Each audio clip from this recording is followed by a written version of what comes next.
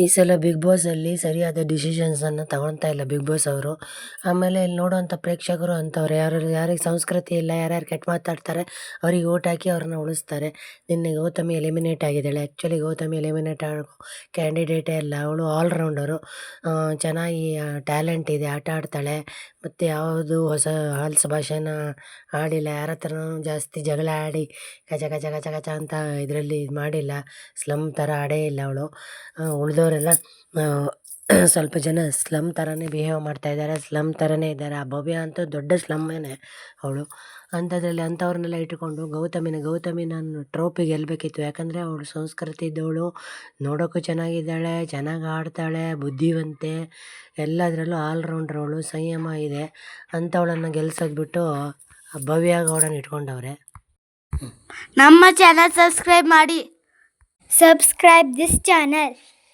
ಬಡ ಮಕ್ಕಳ ಶಾಲೆಯ ಸಲುವಾಗಿ ಈ ವಿಡಿಯೋ ಮಾಡುತ್ತಿದ್ದೇವೆ. ನಮ್ಮ ಚಾನಲನ್ನು ಸಬ್ಸ್ಕ್ರೈಬ್ ಮಾಡಿ, ನಮಗೆ ಸಪೋರ್ಟ್ ಮಾಡಿ. ಅಲ್ಲಿ ಇರುವ ಎಲ್ಲ ಕ್ಯಾಂಡಿಡೇಟ್ಸ್ಗಿಂತ ಇವನ್ ಹನುಮಂತನು ಒಂದು ಸಲ ಆಟ ರದ್ದಾದರೆ ಆಗಲಿ ಅಂತ ಹೇಳಿದ್ದಾನೆ. ಆದರೆ ಗೌತಮಿ ಯಾವತ್ತೂ ಯಾರ ಹತ್ರನೂ ಜಗಳಾಡಿಲ್ಲ, ಹೊಡೆದಾಡಿಲ್ಲ, ಏನೂ ಮಾಡಿಲ್ಲ ಅವಳು. ಅವಳು ಯಾವಾಗಲೂ ಸಂಯಮದಿಂದ ಇದ್ದವಳು. ರಂಜಿತ್ಗೆ ಒಂದು ಸಲ ಬೈದಿದ್ದಾಳೆ ಅಷ್ಟೇ, ಆದರೂ ಅವಳು ಎಲ್ಲೇ ಮೀರಿ ಯಾವ ಮಾತನ್ನು ಆಡಿಲ್ಲ. ಒಂಥರ ಸುಸಂಸ್ಕೃತ ಹೆಣ್ಣು.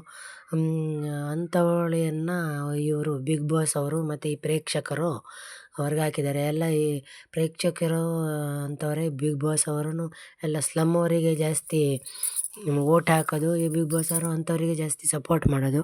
ಆ ಭವ್ಯ ಗೌಡವಂತೂ ಒಂದು 20 ಸಲ ಮೋಸ ಮಾಡಿದ್ದಾಳೆ. ಆ ಮೋಸ ಮಾಡಿದ್ರೂ ಅವಳನ್ನ ಇಟ್ಕೊಂಡಿದ್ದಾರೆ 3 ಸಲ ಕ್ಯಾಪ್ಟನ್ ಮಾಡಿ. ವರ್ತೂರು ಸಂತೋಷ್ ಮೋಸ ಮಾಡಿದಾಗ ವರ್ತೂರು ಸಂತೋಷ್ ಮೋಸ ಮಾಡಿಲ್ಲ, ಇವನು ವಿನಯ್ ಏನೋ ಮಾಡಿ ವರ್ತೂರು ಸಂತೋಷನ್ನ ಕ್ಯಾಪ್ಟನ್ ಮಾಡಿದಾಗ ಕ್ಯಾಪ್ಟನ್ ರೂಮಿಂದ ಹೊರಗೆ ಹಾಕಿ ಬೀಗ ಹಾಕಿದರು. ಆದರೆ ಭವ್ಯಗೊಂದು ನ್ಯಾಯ, ವರ್ತೂರು ಸಂತೋಷ್ಗೊಂದು ನ್ಯಾಯ. ಆಮೇಲೆ ಜಗದೀಶ್ ಏನೋ ಸ್ವಲ್ಪ ಕೆಟ್ಟ ಮಾತಾಡಿದ್ದಕ್ಕೆ, ರಂಜಿತ್ ಜಗದೀಶ್ನ ನೂಕಿದ್ದಕ್ಕೆ ಹೊರಗಡೆ ಹಾಕಿದ್ದಾರೆ. ಆದರೆ ಈ ಭವ್ಯ ಹನುಮಂತ ಹೊಡೆದಿದ್ದಾಳೆ, ಹೊಲ್ಸು ಮಾತುಗಳನ್ನು ಆಡಿದ್ದಾಳೆ. ರಜತ್ ಅಂತೂ ಎಲ್ಲ ಹೊಲ್ಸು ಮಾತೇ ಆಡೋದು, ತ್ರಿವಿಕ್ರಮನ ಹೊಲ್ಸು ಮಾತಾಡಿದ್ದಾನೆ. ಅವ್ರನ್ನೆಲ್ಲ ಇಟ್ಕೊಂಡು ಕೂತ್ಕೊಂಡಿದ್ದಾರೆ ಇವರು. ಒಳ್ಳೆಯವ್ರನ್ನ ತಗೊಂಡು ಹೊರಗಡೆ ಹಾಕ್ತಾರೆ.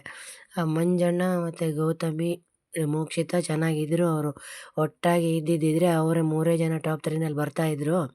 ಈ ಮೋಕ್ಷಿತಾ ಅಂತೂ ಆ ಕಡೆ ಹೋದ್ಲು. ಈ ಮಂಜಣ್ಣನೂ ಒಂದೊಂದು ಸಲ ಮಾತು ಕೇಳಲ್ಲ, ಹುಜುಜಾಗಿ ಆಡ್ತಾನೆ. ಹಾಗಾಗಿ ಇವತ್ತು ಗೌತಮಿ ಪಾಪ ಅವರಿಂದ ಹೊರಗಡೆ ಬಂದಳು. ಗೌತಮಿನೇ ಗೆಲ್ಲಬೇಕಾಗಿತ್ತು. ಆ್ಯಕ್ಚುಲಿ ಗೌತಮಿ ಸಂಸ್ಕೃತಿ ಇದ್ದವಳು.